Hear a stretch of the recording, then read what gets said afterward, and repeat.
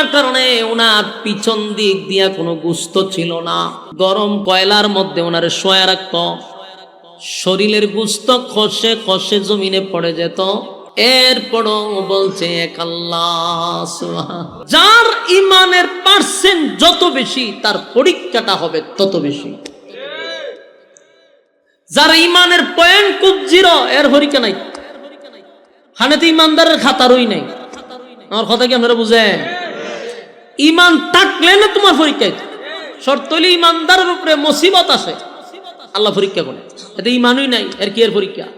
দেখবেন এমন লোক আছে বছরের পর বছরের সর্দিও নাই, খাসিও নাই, জ্বরও নাই, অসুস্থই হয় না।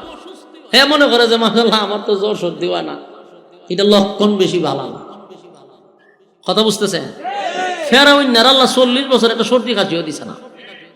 তো তোমার যদি বছরের পর বছর সর্দি কাশি না হয় আর রোগ বেমার না হয়, বুঝবে লক্ষণ বেশি ভালো না। তার মানে তুমি যে শুকরিয়া আদায় করতেছো, লক্ষণ ভালো না। কারণ আল্লাহ যাদেরকে ভালোবাসে তাদেরকে অসুখ দেয়, বিপদ দেয়, মুসিবত দেয়, বুঝবে আল্লাহ ভালোবাসে। আর যদি একবারই কোনো বেমার নাই, তাহলে বুঝবা যে লক্ষণ বেশি ভালো না। এজন্য আল্লাহ বলেন আগে ঈমান শক্তিশালী করতে হবে, আর ঈমানদারের ফেলা পরীক্ষা ফেলা। এজন্য আল্লাহ বলেন ইল্লাল্লাযীনা আমানু, এক নাম্বার হলো ঈমান আনতে হবে কার উপরে? এক নাম্বার হলো ঈমান। আল্লাহ বলেন ইন্নাল্লাযীনা আমানু ওয়া আমিলুস সালিহাত, যারা ঈমান আনছে এবং সৎ কাজ করছে তাদের জন্য আমি চিরস্থায়ী জান্নাত রাখলাম। তবে শর্ত হলো প্রথম নাম্বার ঈমান। ঈমান আনার পরে আমি আল্লাহ আবার ঈমানের একটা পরীক্ষা নিব। ঈমানের পরীক্ষায় যদি ফার্স্ট ডিভিশনে পাস করতে পারো, ওয়াদা দিলাম জান্নাতুল ফিরদাউসের মেহমান বানাবো। তবে শর্ত হলো ঈমান। ঈমান থাকতে হবে, ঈমান থাকতে হবে। পৃথিবীর এমন কোন ঈমানদার নাই যাদের উপর আল্লাহ পরীক্ষা দেয় নাই। যুবক ভাইরা, পরীক্ষা ছাড়া আল্লাহ কাউরে জান্নাত দেয় নাই রে। এমন কি আশ্চর্যের ব্যাপার হলো, নবী রাসূলগণ ছিল মাসুম। বলুন, নবীদের কোনো গুনাহ ছিল? নবীদের কোনো গুনাহ নাই, নবীরা ছিল মাসুম। কিন্তু মাসুম নবীদের উপরেও আমার আল্লাহ কিন্তু পরীক্ষা চালাইছে। বলুন, বিনা পরীক্ষায় কি নবীদেরকে ছাইরা দিছে? না, কোন নবীদেরকে আল্লাহ পরীক্ষা না ছাড়া ছাড়ে নাই। অথচ নবীরা কোনো গুনাহ করে নাই গো, গুনাহ করে নাই, মাসুম। আমার আল্লাহ নবীদের উপর পরীক্ষা চালাইছে। আদম আলাইহিস সালাম কেউ পরীক্ষা করলো, একদিন দুই দিন নয় রে, 350 বছর আদম নবী কাঁদছে। 350 বছর তাম পৃথিবীর চোখের পানি যদি একটা জায়গায় আপনি জমা করতেই থাকেন, আদম নবীর চোখের পানির সমতুল্য হবে না।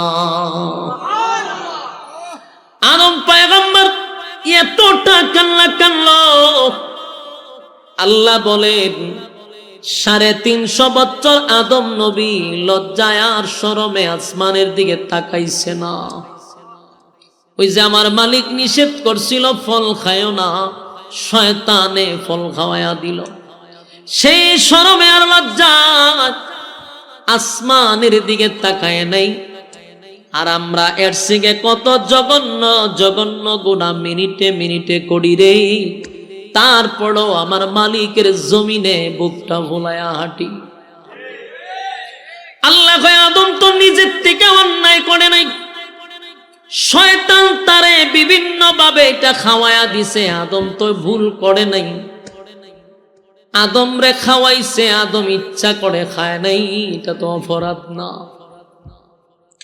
কিন্তু আদম এই লজ্জায় আর শরমে 350 বছর খালি কাঁদছে। আর আমরা গুনাহের পিএইচডি করি, গুনাহ করতে করতে করতে করতে পিএইচডি করে ফেলি, এরপরেও জমিনে বুক ফোলায়াটি, ভিতরে কোনো অনুতপ্ত নাই, অনুশোচনা নাই, বুক ফোলায়া হাঁটে। আল্লাহ বলে, বান্দারে, এই জমিনে আমি পাঠাইছিলাম তোদেরকে খাওয়ার জন্য না, ঘুমানোর জন্য না, মাস্তানি করার জন্য না, মন গড়া জীবন কাটানোর জন্য না। আমি আল্লাহ সংক্ষিপ্ত সময়ের জন্য পাঠাইছি, শুধুমাত্র পরীক্ষাটা দেওয়ার জন্য। দুনিয়াতে মাদ্রাসা, কলেজ, ভার্সিটিতে আমরা যেমন পরীক্ষা দেই, পরীক্ষার সময় সীমা হলো 3 ঘন্টা। কথা কয় না? 3 ঘন্টা সময় দেওয়া হয় পরীক্ষার হলের ভিতরে। 3 ঘন্টা পরে জোর করেও হলের ভিতরে থাকা যায় না। আল্লাহ বলেন, আখিরাতের সময় আর তোমার 60 বছরের সময়টা 2-3 ঘন্টাও না, আরো কম। তাহলে আল্লাহ ঠিকই ঘন্টা হিসাব করে পাঠাইছে। এটা পরকালের 1 ঘন্টা, দুনিয়ায় কয়েক বছর। আল্লাহ বলে, আমি দুনিয়ার জমিনে পাঠাইছি পরীক্ষা দেওয়ার জন্য, কিন্তু পরীক্ষার হলে প্রশ্ন পাওয়ার পরে যদি আপনি কলম কামড়াইতে থাকেন, সময় কি আপনার জন্য অপেক্ষা করবে? 3 ঘন্টা পরে আপনি যদি এখনো লিখছি না, আপনারা থাকতে দিবে? আল্লাহ বলেন, দুনিয়ার জমিনে পাঠাইলাম পরীক্ষা দেওয়ার জন্য। বান্দা দুনিয়াতে আইসা খাও দাও ফুর্তি করো, দুনিয়াটা মস্ত বড় এই স্লোগান লইয়া চলতেছে। অথচ আমি যে পরীক্ষা দেওয়ার জন্য পাঠাইলাম একবারও খেয়াল করলি না। এবং শুন, আফাহাসিবতুম আন্নামা খালাকনাকুম আবাসাও ওয়া আন্নাকুম ইলাইনা লা তুরজাউন। রব্বে কারীম বলেন, অনর্থক বানাই না, অকারণে বানাই নাই, নিজ প্রয়োজনে বানাই নাই। বান্দারে, তোরা কি মনে করছো আমি তোদেরকে অনর্থক বানাইছি? না বান্দা, না, অনর্থক বানাই নাই। কেন বানাইছি? ওয়ামা খালাকাতুল জিন্না ওয়াল ইনসা ইল্লা লিয়াবুদুন। আমি আল্লাহ মানব আর দানব 2টা জাতিরে বানাইলাম শুধুমাত্র কেবলমাত্র আমি আল্লাহর গোলামির জন্য। বলুন তো দেখি কেন বানাইছে? গোলামির জন্য। আপনারা কি আমার কথা শুনতেছেন? মাইকের আওয়াজ কি যায়? তেরা মরা মানুষের মতো বইরেছেন। আমি কি কোনো গুরুস্থানে বসেছেন আমারে? তাহলে হা না কুস্তি কর না, আমার কথা কি শুনেন? তাহলে আল্লাহর রাস্তায় মুখটা লড়ান। এইভাবে যে বুবার মতো বসে রয়েছেন, আমি মনে করি আমার কথা বুঝেন না, তাই আরেকটা কথা বলার আগ্রহ বাড়ে না। আপনারা আমার আগ্রহ বাড়াইতে, মুর্দার মতো বসে থাকলে হবে না। বলুন, আল্লাহ কি আমরা অনর্থক বানাইছে? কেন বানাইছে? ইবাদতের জন্য বানাইছে। বলুন তো, আমরা যারা এখানে বসে রয়েছি 24টা ঘন্টা সময় কিন্তু রাইতে দিন আমরা দিছে। কয় ঘন্টা? রাইতে দিনে 24 ঘন্টা সময় দিল। জবাব দেন আমারে, আমার মালিকরে আমরা ডেলি কয় ঘন্টা সময় দেই? এমন হিসাব আছে যে 1 মিনিটও দেয় না। ঠিক না বেটি? আল্লাহ কয়, সময়ের হিসাব আমি নিব। প্রতিটা সময়ের পাই পাই করে হিসাব নিব। আমার দেওয়া সময় আমারে দিলি না, মন গড়া জীবন কাটাইলি, আমারে একবারও সময় দিলি না। আমি কি মনে করছি এমনি ছেড়া দিব? আল্লাহ কি কেউরে কোনো সময় ছেড়া দেয়? সার দেয় রে, কিন্তু ছেড়া দেয় না। আল্লাহ বলে, বান্দা শুন, আমার দয়া মায়া শুধু দেখছস, আমার শুধু খালি দয়া মায়াটা দেখছস। আমি আল্লাহর আযাব আর গজব বান্দা দেখছ নাই। দুনিয়ার জমিন আল্লাহর নাম হলো রহমান। বলেন, দুনিয়াতে আল্লাহর নাম কি? রহমান অর্থ হলো মায়া দয়া বেশি, এই জন্য দুনিয়ায় এই নামের প্রভাব বেশি। রহমান, মায়া দয়া বেশি হওয়ার জন্য আকাম কোখামের পিএইচডি করলেও আমার মালিক আসার দিয়া মারে না। যেই পরিমাণ আকাম কুকামের পিএইচডি আমরা করি, আল্লাহ যদি চায় তাহলে ফেরেশতাদেরকে দিয়া একটা আসার মাইরা জাগাত মাইরা নিতে পারে, কিন্তু মারে না। কেন জানেননি? আল্লাহর নাম রহমান। আমার মালিকের মায়া দয়া বেশি।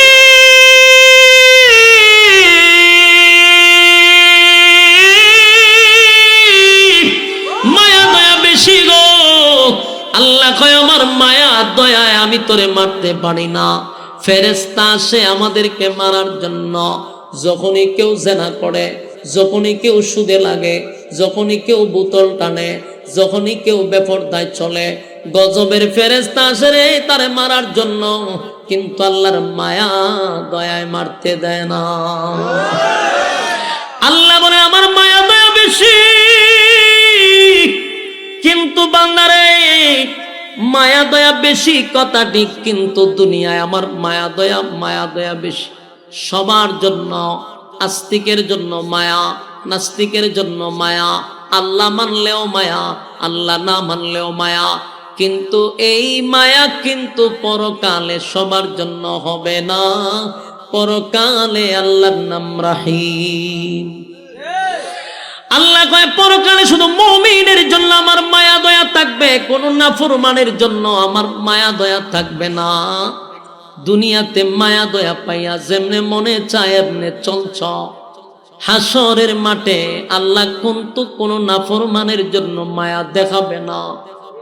কথা কি ক্লিয়ার? আল্লাহ বলেন দুনিয়ার জমিনে আমার মায়া দয়া তোরে বাঁচায়া দেয়, কিন্তু পরকালে শুধু মুমিনের জন্য আমার মায়া মহব্বত, নাফরমানের জন্য আমার মায়া থাকবে না। এই জন্য আপনাদেরকে বলি, আমার আল্লাহ বলেন তোরা কি মনে করছো আমি তোদেরকে ছেড়ে দিব? না না, ইন্না জাহান্নামা কানাত মিরসাদা, নিশ্চয় তোদের জন্য অপেক্ষায় আছে জাহান্নাম। লিত্তাগিনা মাআবা, সীমা লঙ্ঘন যারা করছো তাদের জন্য জাহান্নাম। লাবিসিনা ফিহা আহকাবা, যুগের পর যুগ সেখানে অবস্থান করবি। লাবিসিনা ফিহা আহকাবা লা ইয়াযুকুনা ফিহা বারদাও ওয়ালা শারাবা। এ যুবক ভাইরা, সীমা লঙ্ঘন যারা করলো যুগের পর যুগ জাহান্নামের ভিতরে থাকবি রে। আর সেখানে থাকার পরে মানুষগুলি এমন ভাবে চিৎকার মারবে পানির পিপাসার কারণে, কলিজা পাটা পিপাসা লাগবে। হাজার হাজার বছর হাসরের মাঠে থাকার পরে, জাহান্নামের ভিতরে ঢোকার পরে প্রচন্ড গরমে আর আগুনে পোড়ার কারণে পিপাসার মাত্রা বেড়ে যাবে। আল্লাহর দরবারে পানি পানি পানি পানি বলে চিৎকার দিবে রে। একদিন দুই দিন নয়, কিতাবে লেখছে 1000 বছর পর্যন্ত বলবে আল্লাহ পানি দেন, পানি দেন, পানি দেন, পানি দেন। আল্লাহ কয় বান্দারে 1000 বছর পানির জন্য চিৎকার দিবি, একবারও আমি তোর দিকে তাকাবো না। আল্লাহ ফেরেশতাদেরকে বলবে নাফরমানটা আমার কাছে কি চায়? ফেরেশতারা বলবে মালিক আপনার নাফরমান পানি চায়, পানি চায়। আল্লাহ তখন বলে দুনিয়ার জমিনে আমার মায়া দয়া দিয়া তারে ঘিরায় রাখছিলাম। কত নাফরমানি করছে বান্দা, জেনার পিএইচডি করছে, বোতল খাইছে, বেপরদায় চলছে, আমি আল্লাহর হুকুম মানে নাই, আমার নবীর তরিকায় চলে নাই। তারপরেও বান্দা যখন পানি পান করতে চাইছে, টিউবওয়েলের পানি নাফরমানের জন্য ঠান্ডা করে দিছি। আল্লাহ বলেন বান্দা শুন, দুনিয়ার জমিনে এই যে শীতের সময়, এখন পানি টিউবওয়েলের হয় গরম। গরমের সময় তো পানি গরম হওয়ার কথা, কিন্তু আল্লাহ গরমের সময় পানি ঠান্ডা করে দেয়। ঠান্ডার সময় তোরে পানি ঠান্ডা হওয়ার কথা, টিউবওয়েলের পানি গরম করে দেয়। আল্লাহ কয় এত নাফরমানি করার পরেও আমি তো জন্য পানির ব্যবস্থা করছি, মিষ্টি পানির ব্যবস্থা, ঠান্ডা চাষ ঠান্ডা পানির ব্যবস্থা করছি। এরপর আমি আল্লাহর গোলামি করলি না। 24টা ঘন্টার ভিতরে 1টা ঘন্টা আমারে দিলি না, আমারে দিলি না, আমারে দিলি না। মন গড়া জিন্দেগি চালাইলি, যেমনে মনে চাই এমনে চললি। হায় রে বান্দা, একবারও চিন্তা করলি না আমি তোরে সীমা রেখার ভিতরে রাখছি, সময় কিন্তু বান্দা দিয়া দিছি। এত সময়ের ভিতরে আমি আল্লাহ তোরে পরীক্ষার হল থেকে বাহির করে দিব, এরপরও তুই মন গড়া চললি। যুবক ভাই, পরীক্ষার হলে পরীক্ষা দিতে আসছি, সময় শেষ, 1টা সেকেন্ডও হলে থাকতে দিবে না। এমনকি প্রতিদিন মালাকুল মউত আজরাইল আমার সঙ্গে আপনার সঙ্গে কমপক্ষে 5 বার দেখা করে। হয় বা কমপক্ষে 5 বার। কেন আসে জানেন? আপনার সঙ্গে ছবি মিলায়, আপনার চেহারা আর ছবি মিলায়া দেখে টাইম হইছে নি, আবার চলে যায়। প্রতিদিন দেখা করে, কিন্তু কোন সময় আজরাইল আইসা দেখে আমরা কেউ জানাতে আসি, কোন সময় আজরাইল দেখে বোতল খাইতেছি, কোন সময় আজরাইল দেখে সুদে টাকা লাগায়া রাখছি, কোন সময় আজরাইল দেখে ফুর্তি আমতে আসি। অথচ ছবি আর আপনার চেহারা বারবার দেখতেছে, যদিও আমরা দেখি না। ফেরেশতা প্রতিদিন সাক্ষাৎ করে। যেদিন ডাক পড়ে যাবে গো, সেদিন কিন্তু 1টা সেকেন্ডও আর আপনাকে সময় দেওয়া হবে না। আল্লাহ কয় বান্দা রে, আমি আল্লাহ তোরে সময় দিলাম, সময়ের কসম করে পর্যন্ত বললাম ওয়াল আস, সময়ের কসম, ইন্নাল ইনসানা লাফি খুস, নিশ্চয়ই তোরা ক্ষতিগ্রস্ত। এতভাবে বলার পরেও তোরা সোজা হইলি না। এখন বুঝি জাহান্নামে পইরা পানি চাস, চাইলে কি দিব? কথা কয় না? দুনিয়ান আল্লাহর নাম হইল রহমান, পরকালে আল্লাহর নাম নাফরমানের জন্য রহমান থাকবে না। এক কথা কি শুনতেছে? আপনারা উড়াউড়ি করতেছেন না, এমনি মন ভেঙে লাইছেন। শ্রোতার যে কোয়ালিটি, আরো যদি উড়ে আনতে তো আরো সব বনস করলিবেন আমার। আপনারা মুনাজাত পর্যন্ত কেটা থাকবেন, হাত তুলেন, টানা মাই হাত তুলেন। হাত তো অনেকে লামাই রাখছে যে একটা উড়ায় না, এর লক্ষণ বড় খারাপ। এ যাইতো গা মুনাজাতের আগে আপনি হাত তুলেন। কোন বলে আমরা ওয়াদা করতেছি মুনাজাত পর্যন্ত থাকুন, তাই নিয়ত করলি শুনি হাত নামায়। অন যদি কেউ উঠে, এটা মুনাফিক হয়ে যাইব, কারণ ওয়াদা বরখালাপ করছে। আমি খালি কমুক কেডা যায় রে, আপনারা সবে মুনাফিক যায়, দেন মান সম্মান ইজ্জত সব নষ্ট করে দেন। কথাগুলি একটু মনোযোগ দিয়ে শুনেন। বলুন, আমি কি আপনাদের সামনে কোনো গিচ্ছা কাহিনী বলতেছি? ওয়াজ বুঝেন না এই কারণে, কারণ গিচ্ছা শুনতে শুনতে জীবন শেষ, বাপ দাদাদের গল্প শুনতে শুনতে বাড়ি যান, কিন্তু কোরআন হাদিসের কথা কম শোনার কারণে আপনাদের মনোযোগী খুব কম।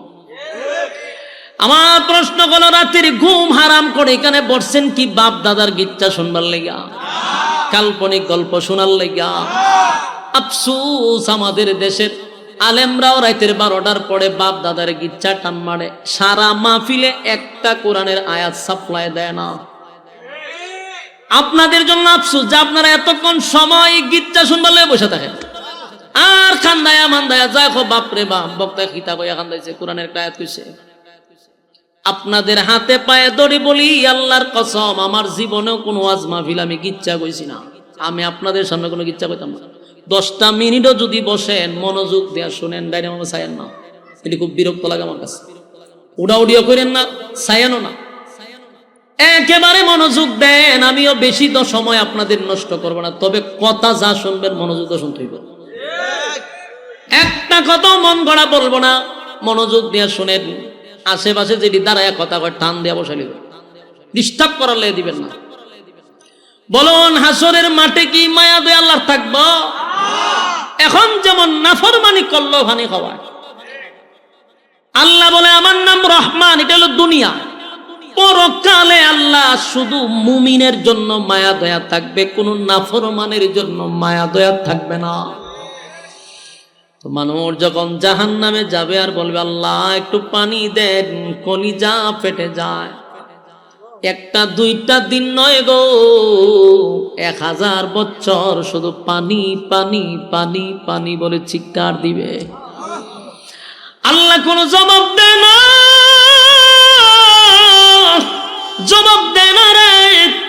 1000 বছর পরে আল্লাহ বলবে ফেরেশতারা রে, নাফরমানটা কি চায়?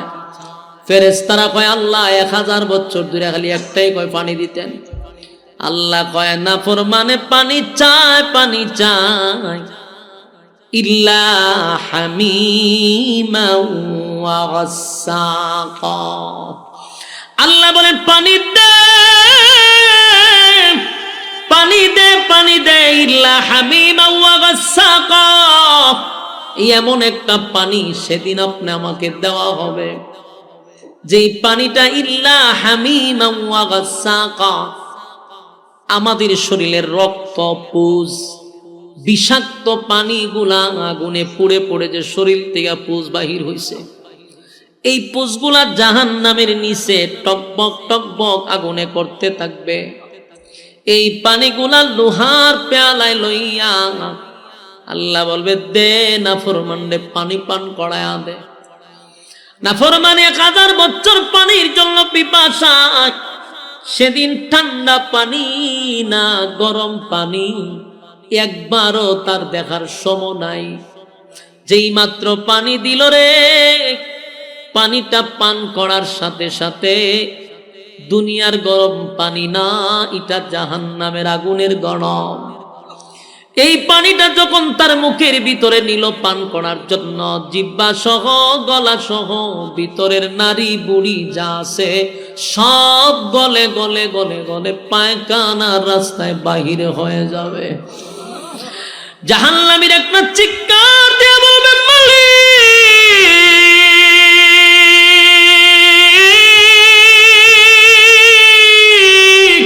কেমন পানি দিলা গো, কেমন পানি দিলা, কেমন পানি দিলা।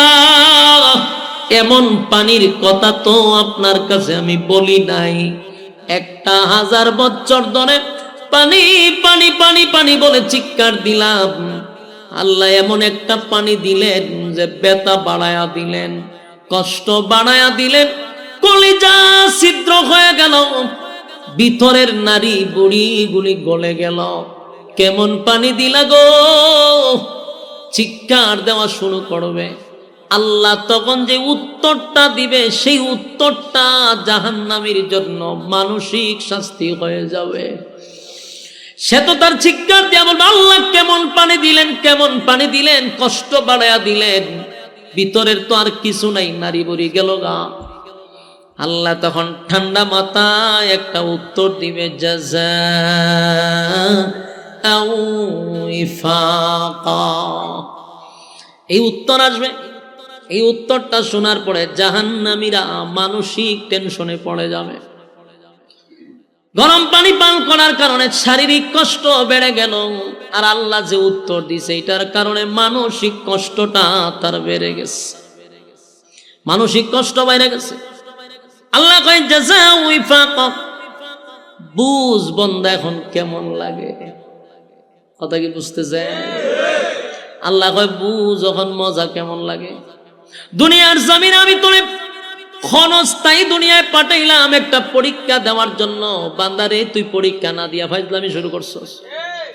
সময় মাত্র 60 বছর। এই 60 বছর আখিরাতের মাত্র কয়েক ঘন্টা। ওই হিসাব করে আপনারে পাঠাইছে পরীক্ষা দেওয়ার জন্য। এই কয়েক ঘন্টা সময় তুই আকাম কুকাম কইরা পিএইচডি করে বসে রইছস। দুনিয়ায় তোরে দিলাম পরীক্ষার কোনো পরীক্ষা দেওয়ার জন্য। তুই যত আকামের রাজনীতি করলি, যত আকাম কুকামের পিএইচডি করলি, তোরে তো আমি দুনিয়ায় পানি দিছি, ঠান্ডা পানি, গরম পানি, মিষ্টি পানি, শরবত বানায়া খাওয়াইছি, কিন্তু আমার নাফরমানি করলি, আমি আল্লাহর গোলামি করলি না, নবীর তরিকায় চললি না।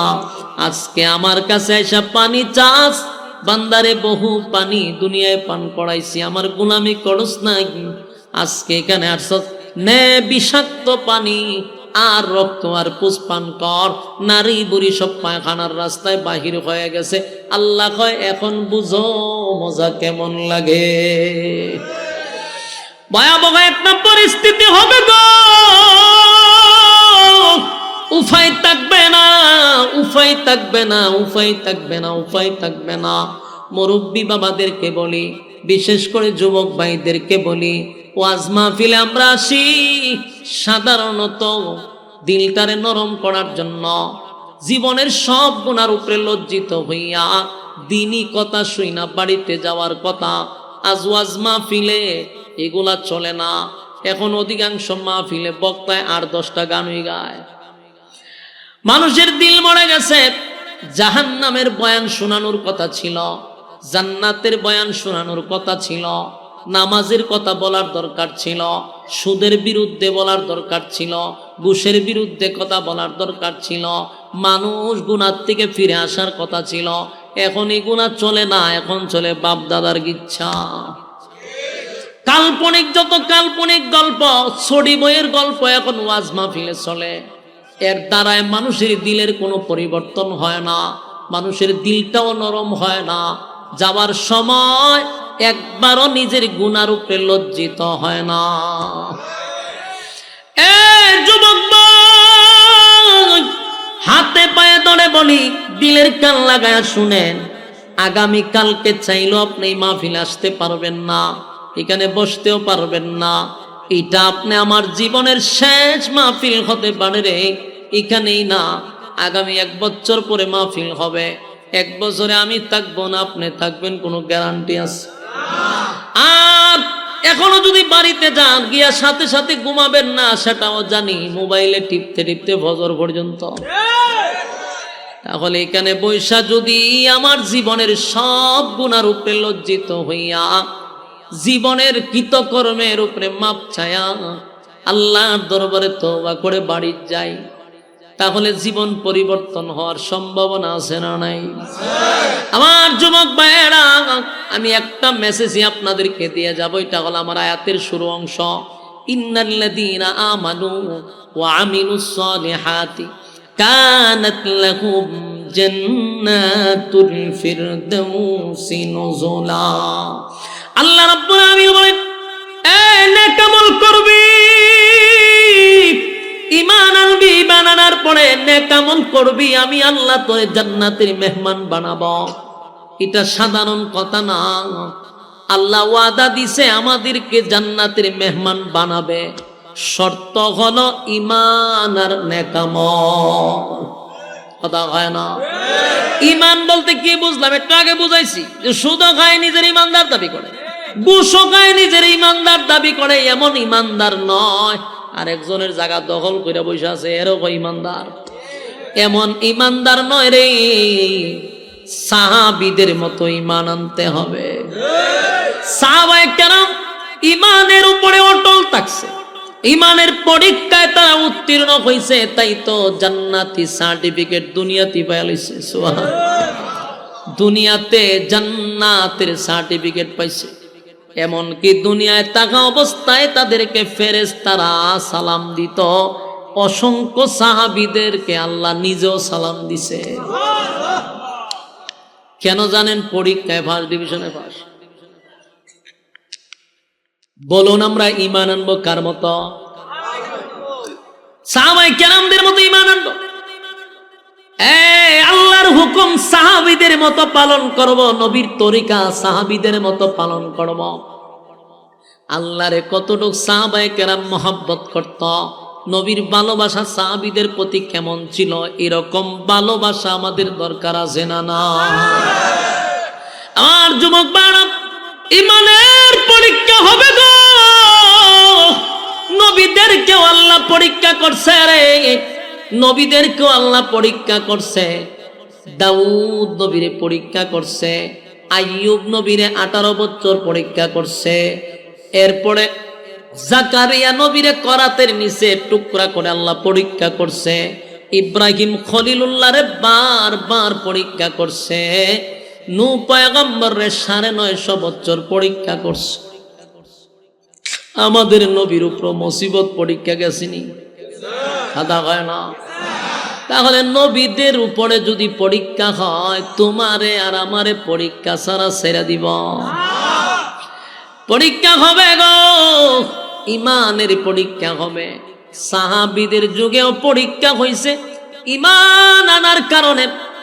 ইমান আনার কারণে তাদেরকেও গরম তৈলের মধ্যে ছেড়ে দিছে, গোশত আলাদা, হাড্ডি আলাদা হয়ে গেছে। এরপরও তারা ইমান ছাড়ে নাই, ইমান ছাড়ে নাই, পরীক্ষা দিছে ইমানের পরীক্ষা।